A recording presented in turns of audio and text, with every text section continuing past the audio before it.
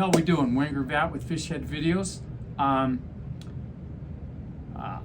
We are getting a lot of viewerships, so we're kind of going back to some classic flies. We seem to have better results on those. I would encourage you though to go back on some of these flies that have unusual names. These are the flies that I fish, and they're really, really good. They're easy to tie. So don't just look at the classics.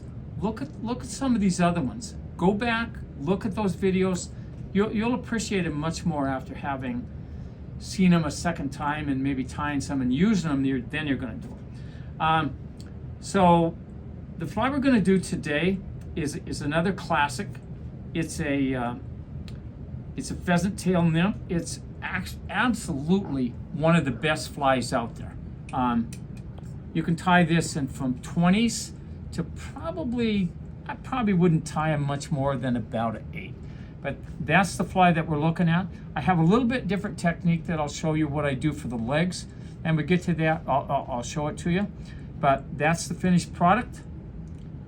So that said, let's look at the materials.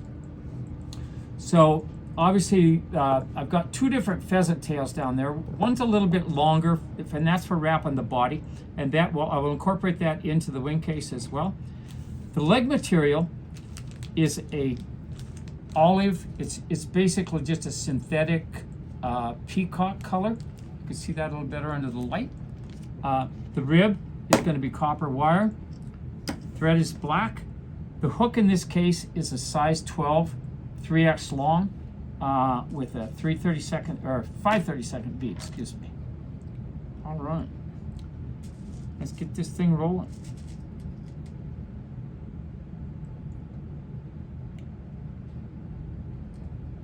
And there are a ton of variations out there with this particular fly.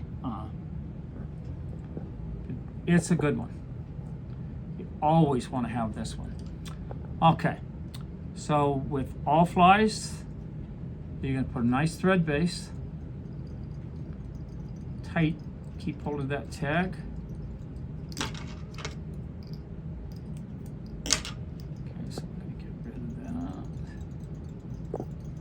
And I'm not covering it. It doesn't have to be pure black, just so that it has something that the materials can kind of grab, for lack of a better term. Okay, so we're going to do the tail. So you probably want, I don't know, 5 or 6. If you get 7, that ain't no big deal either. It's not all that critical. Okay, so you want the length of the tail to be probably about 1/3 of the hook shank. So you just lay it up there. So you're just going to grab it to the length that you want. Let your fingertips be the guide. So you're just going to set that right up on top of the hook shank. Tie that down. Bring that back just to the start of the bend of the hook. That's good. Okay. All right, now we're going to go with that rib. Again, that's just copper wire. I'm going to set that in up right behind the bead so I get a little more uniformity. I'm just going to bring that back, lift it up to see where the tail and the thread begin. Good. Right there, just kind of stand it up out of your road. I'm going to go with this little bit longer. And every pheasant is different. Every tail is different. They're different colors. It's kind of an unusual thing until you start laying out a few pheasants and you start looking at them. You'll be surprised at the difference. Okay, so I'm going to tie that in. Notice how I've turned that over so I have the back side of the pheasant. Okay. Okay. I'm going to come in there. I'm going to just trim those tips off just a little bit, and I'm going to tie that in. Just like that. Okay. Again, bring that back to right where the wire and the tail start. Bring your thread about approximately half and wrap that forward. Just touching wraps. Tight though. Make sure that's nice and tight. So you want about somewhere around half between the bead and the tail. You want it to stop about right there. I just cut off my wing case. So let me add that back in.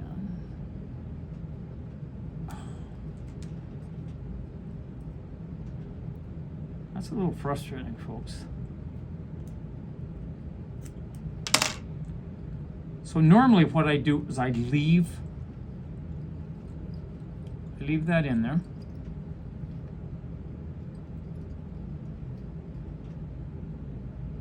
That really threw me off there, guys. Okay.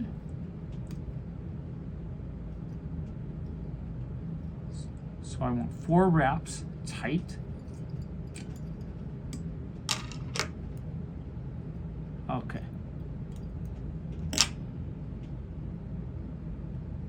And I don't care how many flies you've tied. Are you going to make mistakes? Well, I think I'm living proof that you are going to make mistakes.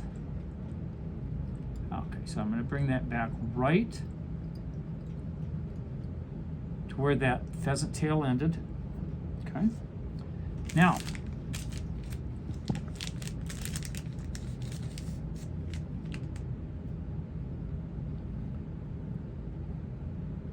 and the standard pattern calls for peacock herald here. I usually don't use peacock herald there because I like to incorporate legs that are made out of the dubbing material, as you'll see. You could use, you could tie a beard style, which would be under. You could tie the legs on the side. That's fine. There's a lot of things you could do here. This is how I do it for simplicity reasons. And does it fish any different? It doesn't. Okay?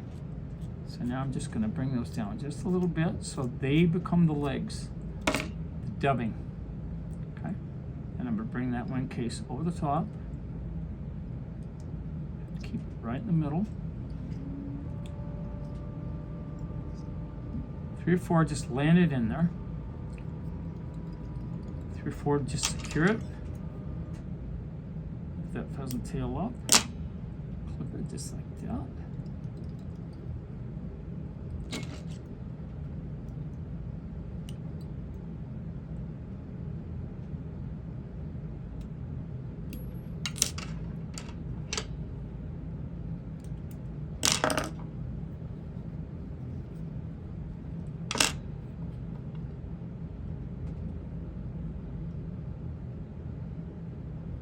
Little head cement.